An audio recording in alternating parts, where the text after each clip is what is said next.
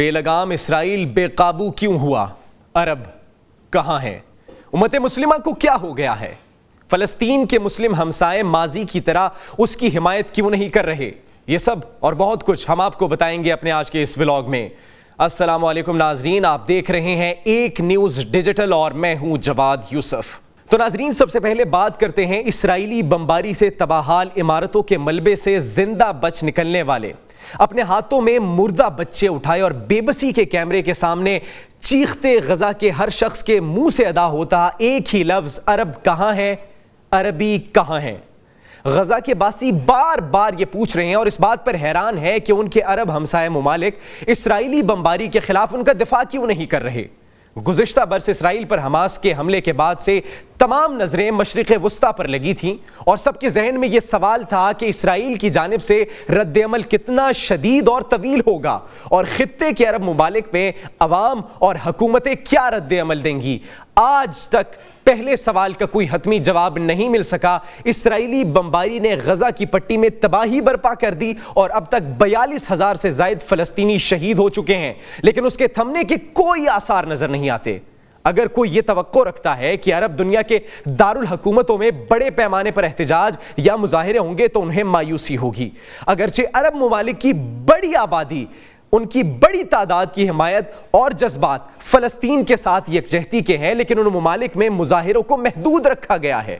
عرب ممالک کے مختلف مبصرین کیا کہتے ہیں؟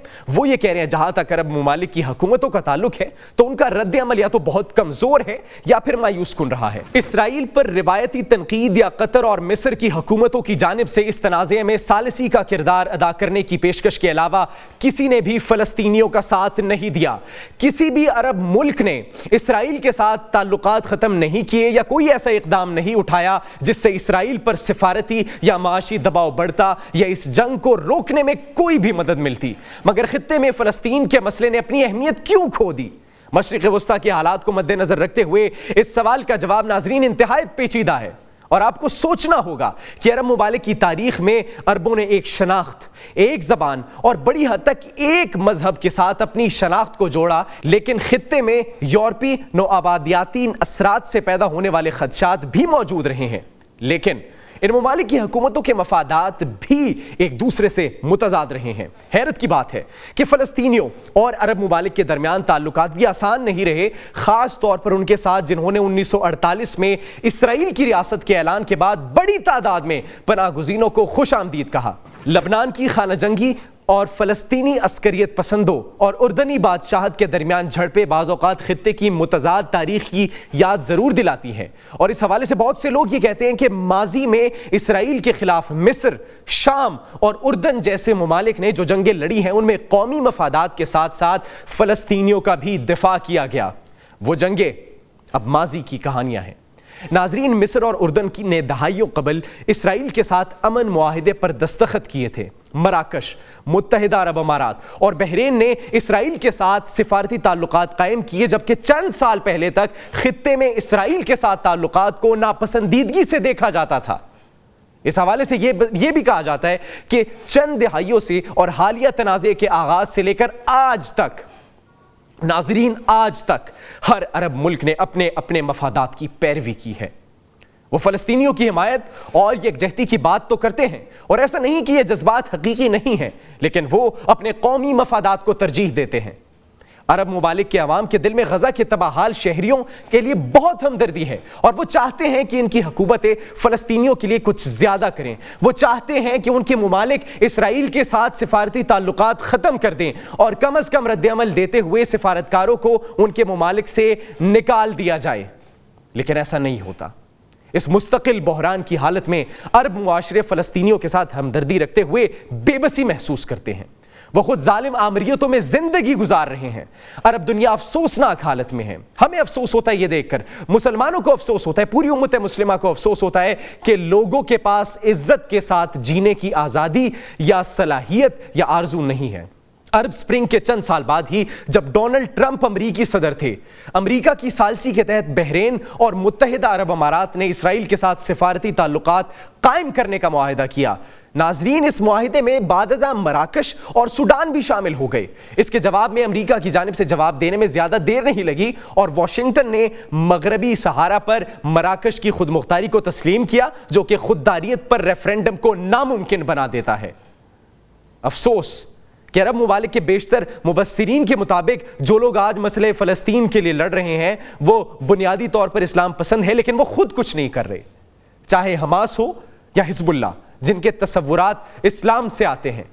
اگر حماس کی اسلامی تنظیم اخوان المسلمون کے ساتھ تعلقات جو خطے میں کی گئی حکومتوں کے ساتھ تصادم میں شامل ہیں، جس کا مطلب کہ ان میں سے بہت سی حکومتیں حماس کو ایک خطرے کے طور پر دیکھتی ہیں، حماس کو اخوان المسلمون کے آخری گڑھ کے طور پر دیکھتے ہیں ناظرین، جو کہ اب بھی قائم ہے اور یہ عسکری طور پر مضبوط بھی ہے۔ اسرائیل ایک طرح سے حماس کو تباہ کر کے اپنا گھناؤنا کام کر رہا ہے۔ حماس اور حزب اللہ کے ایران کے ساتھ روابط بھی عرب ممالک میں شکوک و شبہات کو جنم دے رہے ہیں۔ مثال کے طور پر اگر ہم بات کریں خلیجی ریاستوں کے لیے ایران اسرائیل سے بڑا خطرہ ہے، جو کہ ہم سب دیکھتے ہیں۔ اسرائیل کے لیے سب سے بڑا خطرہ اس وقت ایران ہے، اور بہت سی عرب حکومتوں نے اسرائیل اور امریکی بیانیے کو یہ تحریک خطے میں ایران کے ہتھیار ہیں اور یہ فلسطینیوں کو نظر انداز کرتے ہوئے علاقائی امن کے منصوبے کو سبوتاژ کرنے کے لیے بنائی گئی ہیں۔ یہ ان کا پرسپیکٹو ہے، یہ ان کا نیریٹو ہے مغربی میڈیا کا اور مغربی ممالک کا۔ اور اس حوالے سے کیا کہا جاتا ہے؟ یہ وہ بیانیہ ہے جسے عرب دنیا میں زیادہ تر سرکاری پریس نے بڑھاوا دیا، ایک ایسا خطہ جہاں شاید ہی کوئی آزاد میڈیا ہو۔ اگر کوئی ہے تو آپ کمنٹ سیکشن میں ہمیں بتا سکتے ہیں۔ سعودی میڈیا کے لیے مثال کے طور پر اگر ہم بات کریں، بنیادی تشویش فلسطینیوں کی نہیں بلکہ یہ ہے کہ ایرانی کس طرح خطے پر کنٹرول حاصل کر رہا ہے۔ اگرچہ اب حماس کو ایران سے حمایت اور مالی معاونت حاصل ہے، لیکن جب اس فلسطینی گروہ کا قیام ہوا تھا تب اس کے متعدد عرب ممالک کے ساتھ اچھے تعلقات تھے، لیکن آہستہ وقت کے ساتھ ساتھ ان ممالک کو اس تحریک کی بڑھتی طاقت سے خدشات پیدا ہوئے۔ جب ان کے لیے عرب ممالک نے اپنے دروازے بند کر دیے اور کوئی بھی انہیں اسرائیل سے لڑنے کے لیے ہتھیار نہیں دینا چاہتا تھا تو وہ انہیں حاصل کرنے کے لیے کچھ بھی کر گزرنے کے لیے تیار تھے۔ یہی بات حزب اللہ اور دیگر گروپوں کے لیے بھی ہے جو ایران سے حمایت تو حاصل کرتے ہیں لیکن فلسطینیوں کا دفاع بھی کرنا چاہتے ہیں۔ جب ایران کو ان کے حمایتی کے طور پر پیش کیا جاتا ہے تو عرب عوام اب تصویر میں نظر نہیں آتے، اور میرے خیال میں کچھ عرب تحریکیں ہیں جو حقیقی طور پر فلسطینیوں کی حمایت کرنے اور ان کے لیے جان دینے کو بھی تیار ہیں، جیسے کہ حزب اللہ، حوثی یمن اور عراق میں کچھ شیعہ تحریکیں۔ جیو اسٹریٹجک مفادات اور عرب ممالک کے بحران کے علاوہ مسئلہ فلسطین کو بھی وقت گزرنے کے ساتھ فراموش کر دیا گیا ہے۔ وہ تصورات جو کبھی مشرق وسطیٰ کے دلوں کو دھڑکاتے تھے، جیسے عرب قوم پرستی، اب محض ماضی کی بازگشت ہے۔ خطے کی زیادہ تر نوجوان نسل کی بات کریں ناظرین تو فلسطینیوں سے ہمدردی رکھتی ہے، لیکن وہ تنازعات کی وجوہات اور اصل کو نہیں جانتی، کیونکہ یہ چیزیں اب اسکولوں میں نہیں پڑھائی جاتی۔ آج معاشرتی شناخت بھی گلوبلائزیشن کے ساتھ بدل چکی ہے۔